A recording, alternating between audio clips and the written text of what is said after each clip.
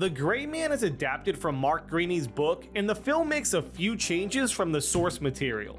Let's break down the movie's most significant ones. Sierra 6 didn't kill his father in the books. In the Gray Man movie, Sierra 6 reveals to Danny that he killed his abusive father to protect his brother. This act sentenced him to decades in prison until Fitzroy commuted his sentence and he began working with the CIA. This change in the film is quite different from 6's backstory in the books. As it turns out, Sierra 6 didn't kill his dad at all. In the books, his dad is alive, but they are estranged. In the film, the Gray Man's father, James, is physically and verbally abusive. In the novels, his dad had a SWAT school where Sierra 6 trained in tactical and battle techniques growing up. Sierra 6 was still imprisoned, but it was because he killed 3 people in Florida rather than his father. The film changing the Gray Man's backstory is purposeful. It paints his character in a much better light morally. 6 is an odd name. Yeah. Just 007 was taken.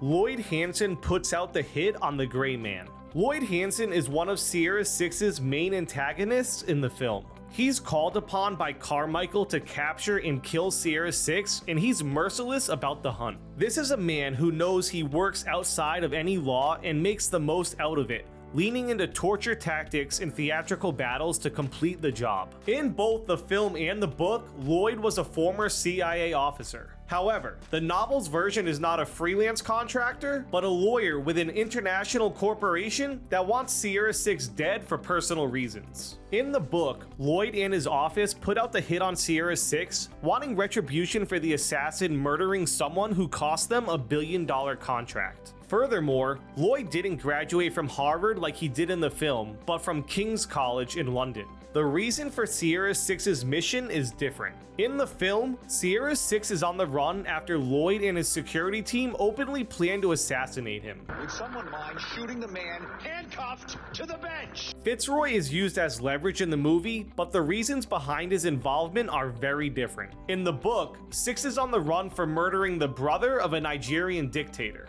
Now in the movie, the order to take out Sierra 6 stems from the need for Carmichael to eradicate the program 6 works under. There's even more urgency because 6 is in possession of the USB drive incriminating Carmichael, but it's not because he went off mission and killed someone he wasn't supposed to. The setup is altered, likely because the Russo brothers wanted to tackle the mystery behind Sierra 6's exile from the CIA from the start, rather than putting him in the middle of another mission that is less personal. Carmichael and Suzanne are not in the first book.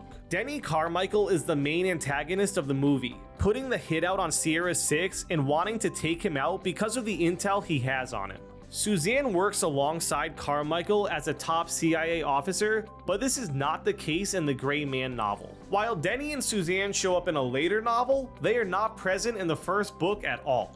While they do show up in the sequels, Denny and Suzanne are not friends or even associates, nor do they have an alliance with Chris Evans' character. Carmichael is ultimately the one behind Sierra 6 being on the run from the agency, but he doesn't factor in until later. Danny Miranda is an original character. Ana de Armas plays Danny Miranda, a CIA agent who initially works with Sierra 6 on the mission in Bangkok to assassinate a target who turns out to be Sierra 4. But while the rest of the characters can be found in Greaney's The Gray Man book series, Danny is an original character created specifically for the movie. Her involvement in the film helps the audience understand Sierra 6 more. Danny also becomes his ally, which aids him in his fight without taking away his lone wolf status. In the books, the mercenary usually operates alone. De Armas' role as Danny in the film also showcases there is more than just Sierra 6 and the old guard of agency employees who know of the corruption going on. When it comes to adapting any book into a movie, there are bound to be alterations made to the original source material.